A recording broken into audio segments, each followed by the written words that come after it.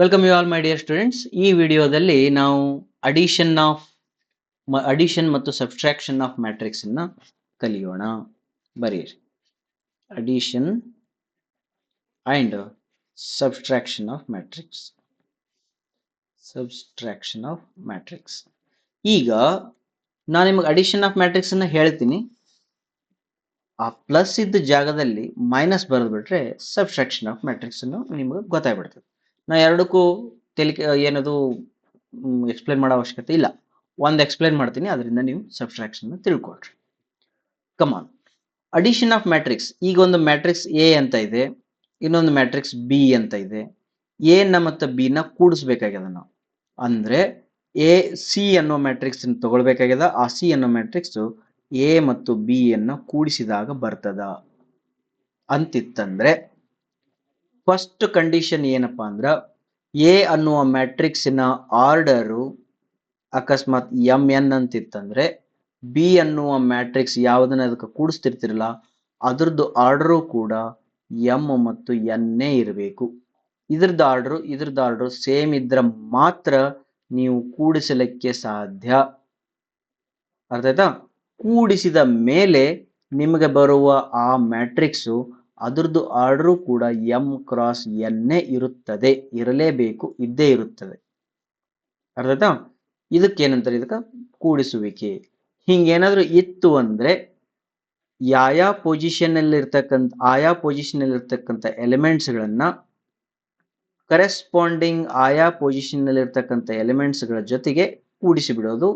ಅವಾಗ ನಿಮಗ ಮೂರನೇ ಮ್ಯಾಟ್ರಿಕ್ಸ್ ನಲ್ಲಿ ಆಯಾ ಪೊಸಿಷನ್ ಅಲ್ಲಿ ಹೊಸ ಎಲಿಮೆಂಟ್ ಬಂದ್ಬಿಡ್ತದೆ. ಇದಕ್ಕ ಅಡಿಷನ್ ಅಂತ ಹೇಳ್ತಾರೆ. ಒಂದು ಎಕ್ಸಾಂಪಲ್ ತಗೊಂಡು ಹೇಳಿ.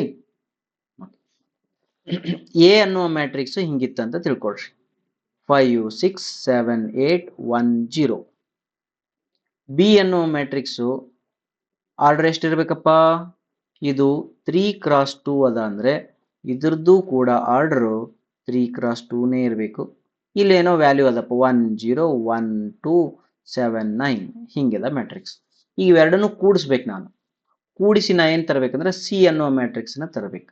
ಸಿ ಅನ್ನೋ ಮ್ಯಾಟ್ರಿಕ್ಸ್ ತರಬೇಕಾದ್ರೆ ಈ 5ಅನ್ನ ಈ 1ರ ಜೊತೆಗೆ ಕೂಡಿಸಿದಾಗ 6 ಬರುತ್ತದೆ.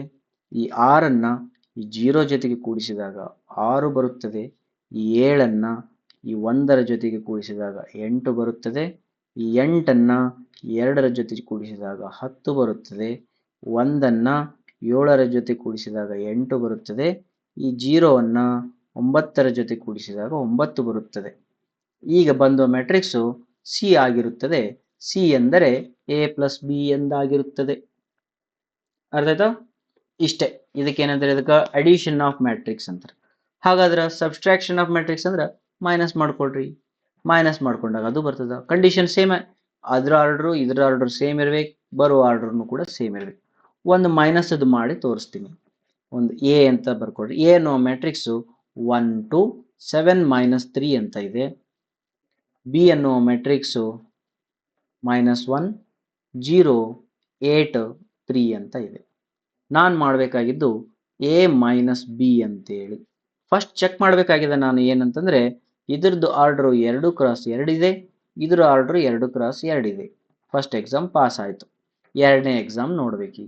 ಎರಡನೇ ಎಕ್ಸಾಮ್ ನೋಡ್ಬೇಕಾದ್ರೆ ಫಸ್ಟ್ ಯೋಚನೆ ಮಾಡಿ, ಒಂದನ್ನು ಮೈನಸ್ ಮಾಡಬೇಕಾಗಿದೆ -1ರ ಜೊತೆಗೆ, ಒಂದನ್ನು ಮೈನಸ್ ಮಾಡಬೇಕಾಗಿದೆ -1ರ ಜೊತೆಗೆ, ಎರಡನ್ನು ಮೈನಸ್ ಮಾಡಬೇಕಾಗಿದೆ 0ರ ಜೊತೆಗೆ, ಎರಡನ್ನು ಮೈನಸ್ ಮಾಡಬೇಕಾಗಿದೆ 0ರ ಜೊತೆಗೆ, 7ಅನ್ನು ಮೈನಸ್ ಮಾಡಬೇಕಾಗಿದೆ 8ರ ಜೊತೆಗೆ, 7ಅನ್ನು ಮೈನಸ್ ಮಾಡಬೇಕಾಗಿದೆ 8ರ ಜೊತೆಗೆ, -3ಅನ್ನು ಮೈನಸ್ ಮಾಡಬೇಕಾಗಿದೆ 3ರ ಜೊತೆಗೆ, -3ಅನ್ನು ಮೈನಸ್ ಮಾಡಬೇಕಾಗಿದೆ 3ರ ಜೊತೆಗೆ. ಹಾಗಾದರೆ ಏನು ಬರುತ್ತದೆ ನೋಡಿಬಿಡಿ. ಒಂದು ಮೈನಸ್ ಆಫ್ -1 ಅಂದ್ರೆ ಪ್ಲಸ್ ಆಯ್ತು, 2 ಆಯ್ತು.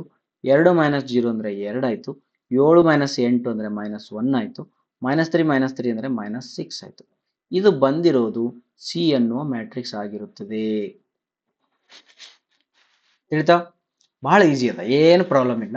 ಒಂದೇ ಕಂಡೀಷನ್ ಚೆಕ್ ಮಾಡ್ಬೇಕು ನೀವು, ಅದರ ಆರ್ಡರ್ ಇದರ ಆರ್ಡರ್ ಸೇಮ್ ಇರಬೇಕು. ಅವಾಗ ಅವೆರಡನ್ನು ಕೂಡಿಸೋದಿದ್ರೆ ಕೂಡಿಸ್ರಿ, ಕಳಿಯೋದಿದ್ರೆ ಕಳೀರಿ. ಓಕೆನಾ? ಡನ್. ನೆಕ್ಸ್ಟ್ ನಾವೇನ್ ಮಾಡೋಣ? ಅಡಿಷನ್ ಆಫ್ ದ ಮ್ಯಾಟ್ರಿಕ್ಸ್ ಆಯ್ತಾ, ಸಬ್ಸ್ಟ್ರಾಕ್ಷನ್ ಆಫ್ ದ ಮ್ಯಾಟ್ರಿಕ್ಸ್ ಆಯ್ತಾ. ನೆಕ್ಸ್ಟ್ ಹೋಗೋಣ ಮಲ್ಟಿಪ್ಲಿಕೇಶನ್. ನೆಕ್ಸ್ಟ್ ವಿಡಿಯೋದಲ್ಲಿ ಹೇಳ್ತೇನೆ.